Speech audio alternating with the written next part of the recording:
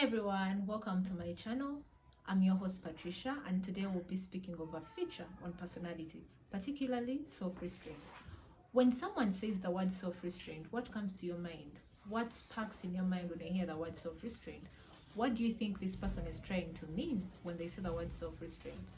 Basically, self-restraint refers to one's ability to exercise control over their thoughts, their feelings, their imaginations, their actions, whenever caught up in certain situations or circumstances. So it's more like a self-discipline act where an individual that is self-disciplined tends to use their ego more than the id that acts on impulse. Speaking of the ego and id, these arise from Freud Sigmund's theory of psychoanalysis. In his theory of psychoanalysis, Freud assumed that our personality as human beings develops from interactions between three fundamental components of the mind, and these are the ego, the id, and the superego.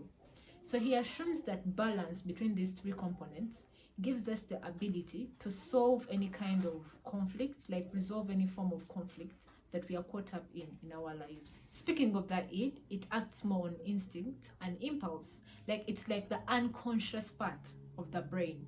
It has that aspect of I want to do now, like I have to do that now and then.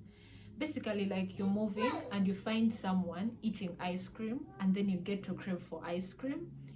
The id is the one that is going to tell you grab that ice cream. Just grab the ice cream from the person. Basically, it does not care whether it's being rude or being inconsiderate.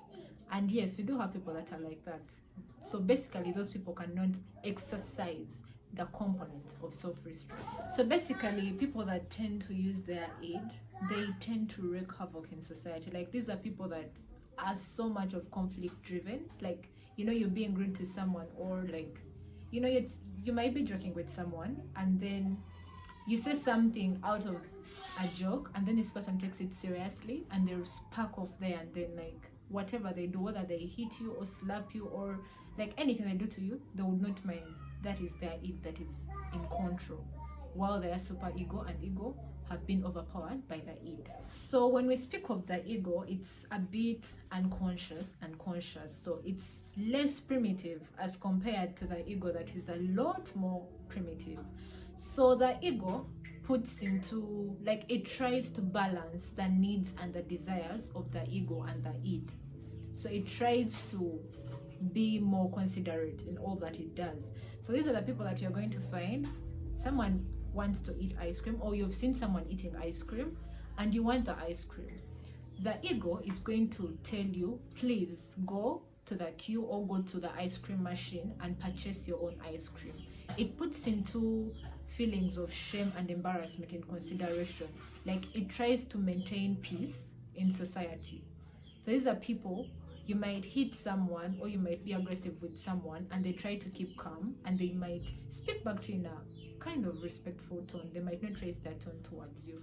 They'll try to control the anger and aggression that they feel inside. Now, when we speak of the superego is like an individual's moral compass. It guides you, like what you're doing is wrong, and what you're doing, this is, like, it tells you this is right and this is wrong.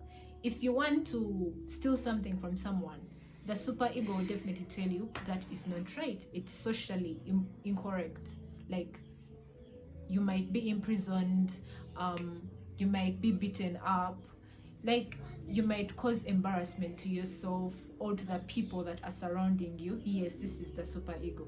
It will direct you into making particularly better right decisions than making decisions that are more satisfactory to yourself. It puts into other people's decisions and feelings in society into consideration. So even when you do something wrong, the superego is remorseful. Like you have that guilt that is consuming you, so it's guilt conscious.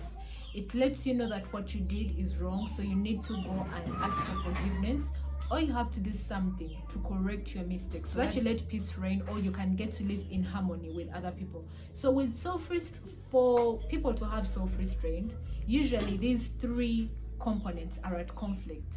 But for people that get to exercise self-restraint, it's the superego that has overpowered both the ego and the id.